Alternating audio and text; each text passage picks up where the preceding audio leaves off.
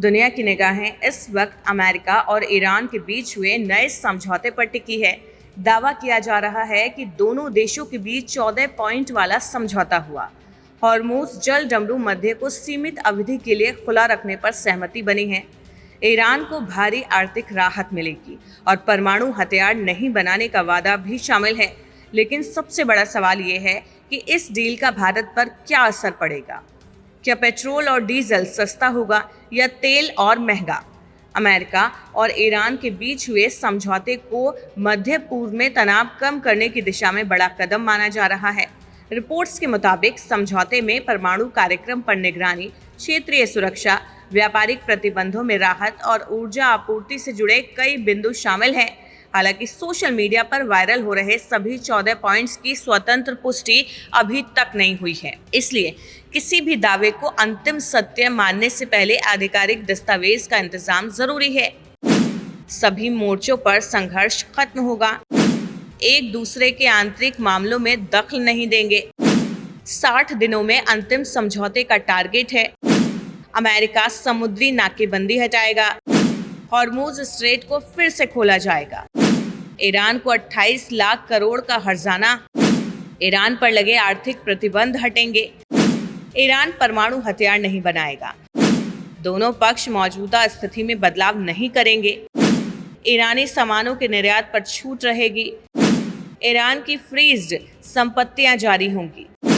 दोनों देश मिलकर निगरानी व्यवस्था बनाएंगे। तुरंत सभी मुद्दों पर बातचीत शुरू नहीं होगी। अंतिम समझौते को यूएनएससी मंजूरी देगी।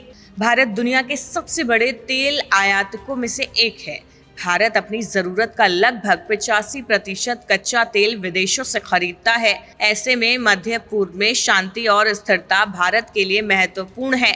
अगर अमेरिका और ईरान के बीच तनाव कम होता है तो तेल की सप्लाई पर खतरा घटेगा। इससे अंतर्राष्ट्रीय बाजार में कच्चे तेल की कीमतों पर दबाव कम हो सकता है। दुनिया के तेल व्यापार का बड़ा हिस्सा इसी रास्ते से गुजरता है। अगर ये मार्ग सुरक्षित और खुला रहता है तो तेल टैंकर्स की आवाजाही आसान होगी। इससे सप्लाई चेन मजबूत होगी और कीमतों में अनावश्यक उछाल की आशंका कम हो सकती है। यानी कि भारत के लिए ये एक सकारात्मक संकेत माना जा सकता है। कच्चे तेल की कीमत कम होने पर भारत को फायदा जरूर मिल सकता है, लेकिन पेट्रोल डीजल की खुदरा कीमतें सिर्फ अंतर्राष्ट्रीय तेल कीमतों पर ही निर्भर करती हैं। टैक्स, रुपए डॉलर की विनिमय दर, रिफाइनिंग लागत और सरकार की नीतियां भी कीमत तय करने में बड़ी भूमिका निभाती हैं।